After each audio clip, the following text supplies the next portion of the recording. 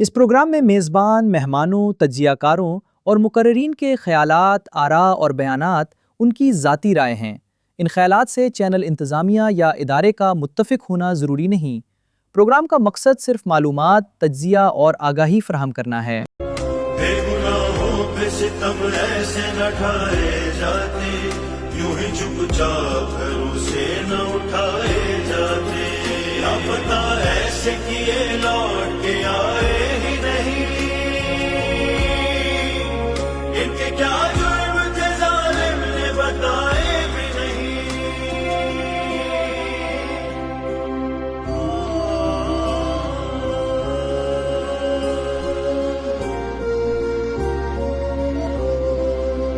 چشم مادر کے لیے شب میں جلے رہتے ہیں، کان دروازے کی دستک پہ لگے رہتے ہیں، پہلے بھیجا سے کسی نے تو چھڑایا ہوگا،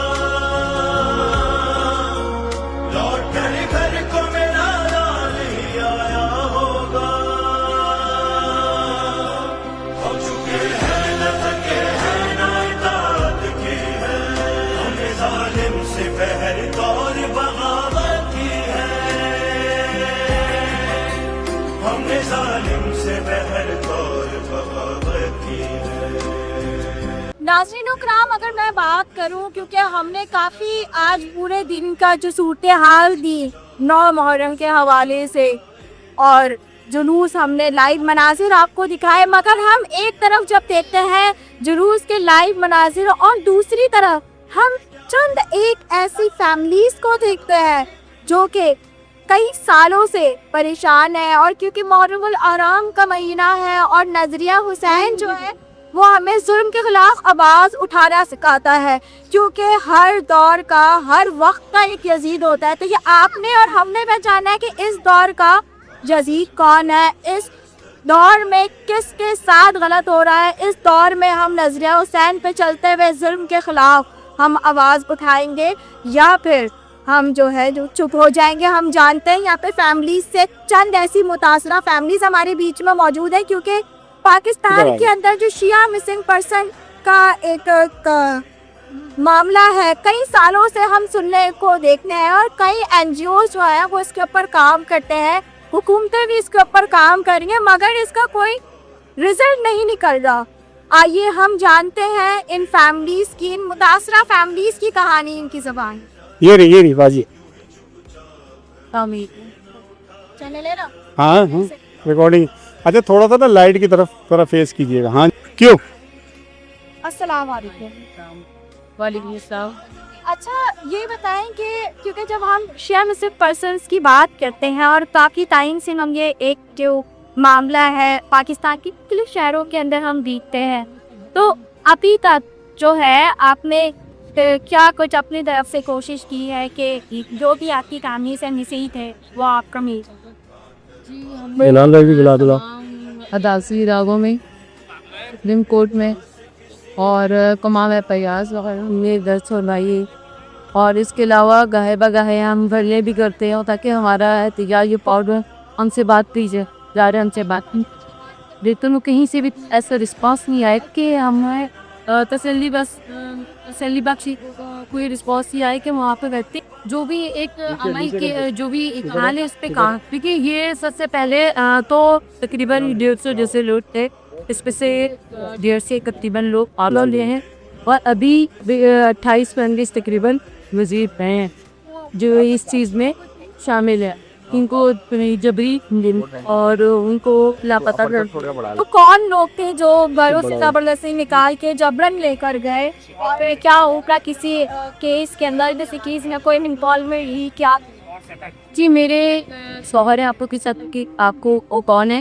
میرے ہسبینڈ ہے سید دلدار علی زکی، ان کا ایسا کوئی تعلق نہیں تھا کسی بھی ایف آئی آر سے، کسی بھی چیز سے وہ تعلق نہیں تھا، ان کا تعلق صرف شیعت سے تھا، کیونکہ وہ شیعت کا جرم ہے جس کی وجہ سے یہ سرچ کیا گیا۔ تو کون لوگ تھے جو جبرن آئے اور آپ کی شوہر کو لے کے گئے؟ دیکھیے جب ان کو اٹھانے کے لیے آئے تھے تو میں اور وہ گھر میں تھے، تو اس وقت وائٹ کلر کے کپڑے پہنے ہوئے تھے کچھ جو تھے جو آگے گھر میں داخل ہیں،